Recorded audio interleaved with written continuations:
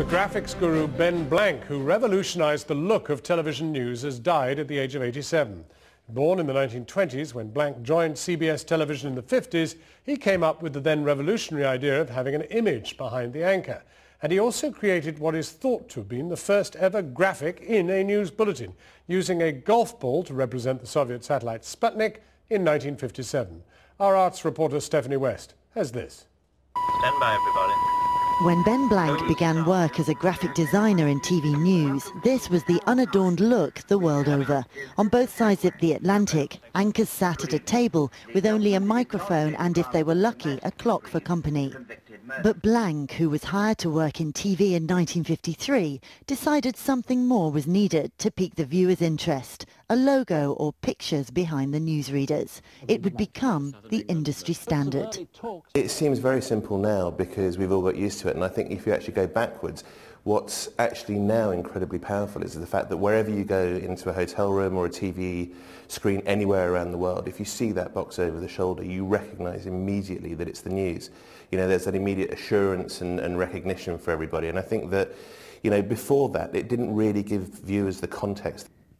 Starting out as the Cold War took hold, this former cartoonist came up with the concept of images to represent stories, including his famous jigsaw logo, depicting the complex but fracturing relations between East and West.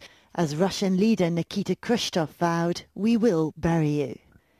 But he also had an aptitude for invention and was lauded for creating the first moving newscast graphic, depicting the Soviet launch of the Sputnik 1 satellite in 1957 with a globe, a turntable and a golf ball to convey to viewers the Sputnik's orbit.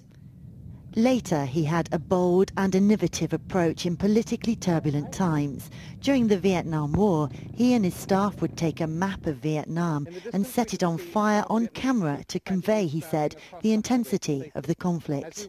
After, you know, sort of 10, 15 years after the end of the Second World War, suddenly, you know, people were challenging the norm a little bit more, you know, challenging the establishment. And I think that increasingly there was an explosion of technology that was going on, and it needed to be met in the context of TV news as well. By the 70s, thanks to the innovations of Ben Blank, it was a foregone conclusion that all newsrooms would have images over the shoulder and moving graphics. But decades on, in the offices of designers Lambie-Nairn, whose many trophies reflect the success of the logos and branding they've created for TV news, he's still recognised as a pioneer. It's about the best creative expression of an idea, and I think that whether that is through a golf ball, a turntable and a coat hanger, or whether that's through modern computer graphics, I think that if you can get that across in a strong idea through great creative work, then you can still have an enormous amount of fun. And it was he who came up with the idea all that time ago? And I think that he basically allowed all of us now, 50 years on, to still have that much fun. That report from Stephanie West. More 4 News up next to date. You can stay up to date via our website. We're back tomorrow at noon and again at 7. Till then, from Christian and from me, that's Channel 4 News. Good evening.